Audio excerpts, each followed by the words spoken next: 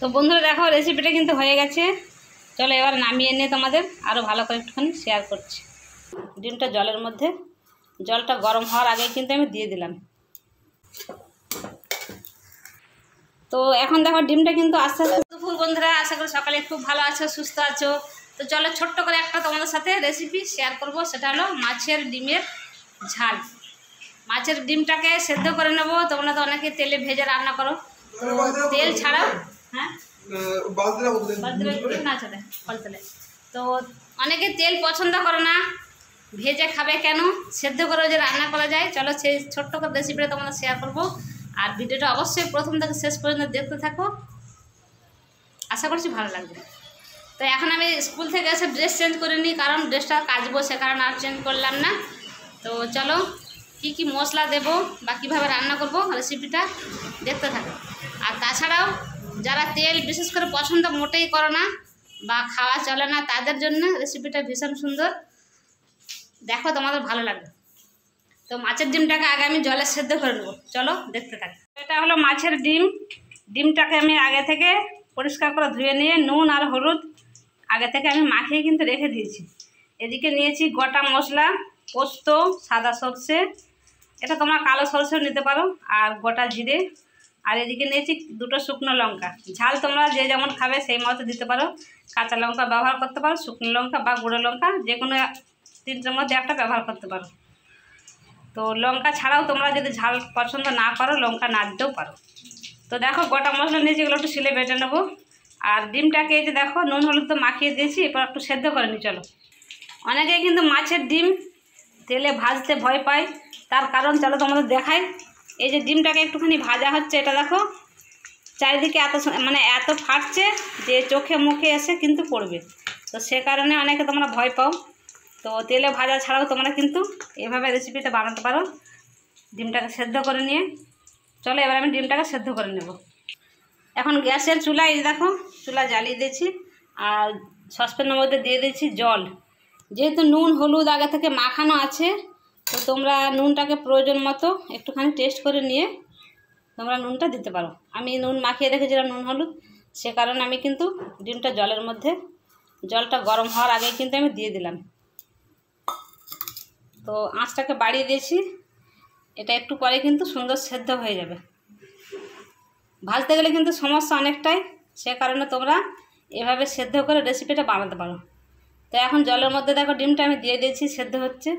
এদিকে দেখো ডিমটা কিন্তু ফুটতে শুরু করেছে, সেদ্ধ হচ্ছে, জল ফুটতে শুরু করে দিয়েছে। আর একটুখানি নেড়ে চেড়ে নিয়ে চলো, পিঠে পিঠে একটু নেড়ে সেদ্ধ করে নিই। এটা তেলে ভাজলে কি হবে, ডিমটা এত ফাটবে যে ভাজতে ভীষণ অসুবিধা হবে। ডিমটাকে উল্টে পাল্টে সেদ্ধ করে নিই ভালো করে।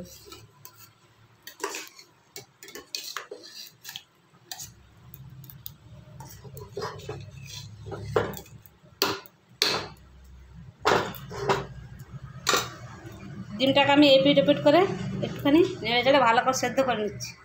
তো এদিকে তোমাদের দেখাই, আজকে একটু কাজে ব্যস্ত ছিলাম, সেই জন্য এই যে এদিকে ছেলে এই যে ঘর মুছছে, সারা বাড়ি পরিষ্কার করে এখন এই যে ঘর মুছতে শুরু করেছে। আর মেয়ে স্নান করতে গেছে, স্নান করে এসে মেয়ে পুজো করবে, আর আমি রান্না করছি। এই যে দেখছে জামা কাপড় বন্ধুরা, এই যে দেখছো জামা কাপড় প্রচুর শুকাচ্ছে। এ সমস্ত জামা কাপড় ছেলেই কেচেছে সকালবেলা। তো ও সমস্ত কাজই করে, মেয়েটাও করে, আমাদের কেউ করে না তা নয়। তো ছেলে মেয়ের কাজ কিছু আমাদের ভাগাভাগি নেই, সবাই মিলে আমরা কিন্তু মিলেমিশে কাজ করি। এটা ছেলের কাজ, ওটা মেয়ের কাজ, এমনটা কিন্তু নয়। যাই হোক, এখন বুঝতেই পারছো এই দিকটা মোছা হয়ে গেছে ছেলের, এই যে এই রুমটা মোছা হয়ে গেছে, আর এখন এই যে এদিকে রুমটা মোছা হচ্ছে। চলো আমি ওদিকে রান্না করছি। এই যে ডিমটা দেখছো ভেতরটা একটু কাঁচা কাঁচা মতো লাগছে, এটা কিন্তু থাকা যাবে না, এটাকে সুন্দর করে সেদ্ধ করে নিতে হবে, আরও নেড়ে চেড়ে উল্টে পাল্টে সেদ্ধ করে নিতে হবে।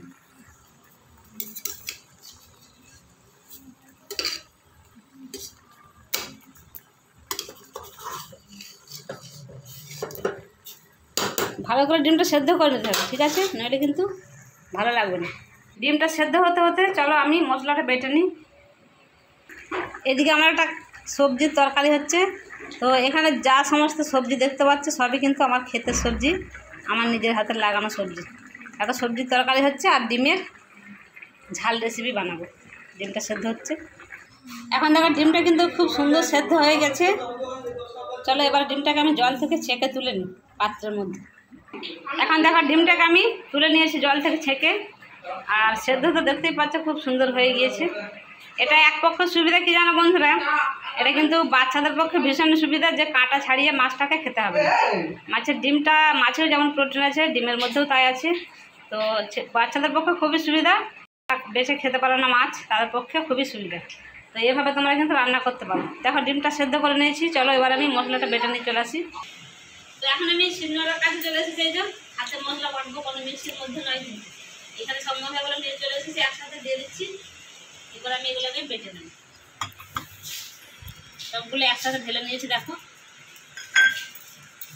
এবার শুধু শিলনোড়াটা থাকলে তাই বাটবো দোকানে।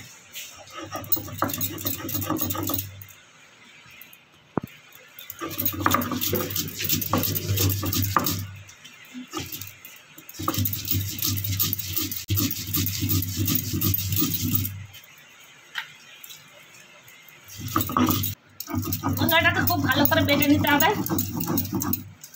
খুব ফাইন করে বেটে নিতে হবে।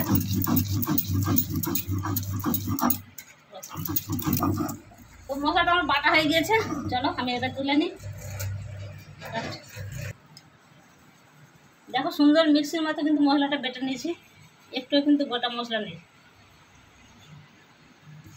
তো এখন কড়াই বসিয়ে দিয়েছি, কড়াইয়ের মধ্যে তেল দিয়ে দিচ্ছি, পরিমাণে তেল দিয়েছি।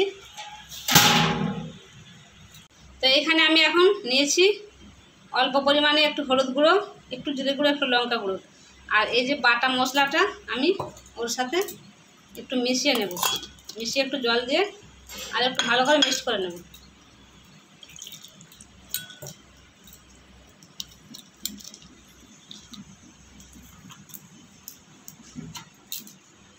তো কড়াইয়ে তেল গরম হয়ে গিয়েছে, এবার মশলাটাকে আমি দিয়ে দিচ্ছি। মশলাটা একটু হালকা করে ভেজে নেব।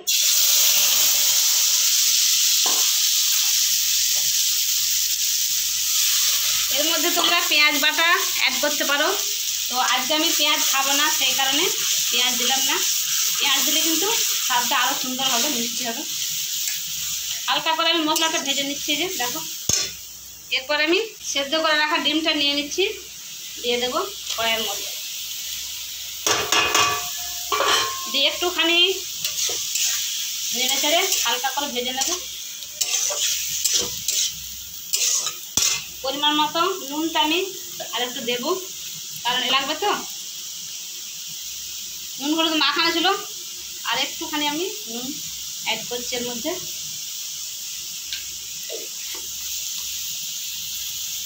তাহলে আর একটু হালকা করে কষিয়ে নিয়ে জল দিয়ে দেবো।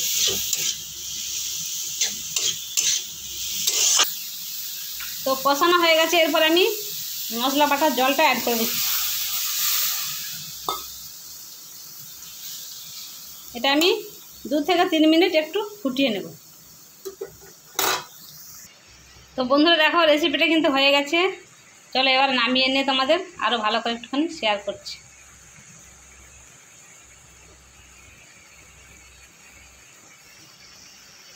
জানি তোমরা মাছ অনেকেই খেয়ে থাকো, তো একবার হলেও বাজার থেকে ডিম নিয়ে এসে এভাবে বানিয়ে খেও, দেখবে ভীষণ সুন্দর লাগবে। তো চলো নামিয়ে নিই।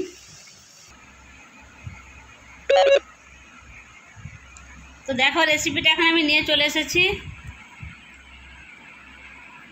আর কতটা সুন্দর হয়েছে আশা করি তোমরা দেখে বুঝতেই পারছো। রেসিপিটা আমি আমার মতো করলাম, জানি না তোমাদের কেমন লাগবে। তো তোমরা জানি আরও ভালো রান্না করতে পারো। আর ডিমও হয়তো, মাছের ডিমও হয়তো কম বেশি খেয়েছো। তো এভাবে রেসিপিটা একবার হলো বাড়িতে বানিয়ে খেয়েও, দেখবে খুব সুন্দর লাগবে। বিশেষ করে তেল দিয়ে ভাজতে হচ্ছে না, তেল ছাড়া রেসিপিটা কিন্তু সুন্দর করে জল দিয়ে সেদ্ধ করে বানালাম, তোমরা তো দেখতেই পেলে। তো চলো এবার খাওয়া দাওয়া করবো, আর খাওয়ার পরে জানা যাবে যে রেসিপিটা কেমন হয়েছে। তোমাদের কেমন লাগলো অবশ্যই কমেন্টে জানিও।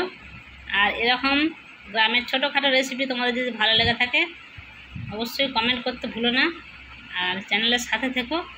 তো চলো এবার খাওয়া দাওয়া করবো। তো এখন এই যে খেতে বসেছি সবাই মিলে। এদিকে আছে তোমার দাদা ভাই, আমি এদিকতে বসেছি। চলো মাছের ডিমের রেসিপি তো কেমন হয়েছে দেখো তো, খেয়ে কেমন হয়েছে।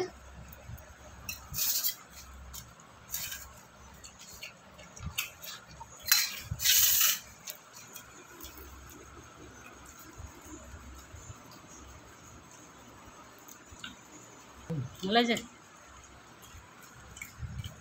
তো এই হলো মাছের ডিমের ঝাল। তোমরা চাইলে বাড়িতে বানিয়ে খেতে পারো। আর সব থেকে বড় সুবিধা যেটা হলো বাচ্চাদের পক্ষে খুবই ভালো, কারণ আটা বাছতে হয় না এবং খেতেও খুব সুস্বাদু।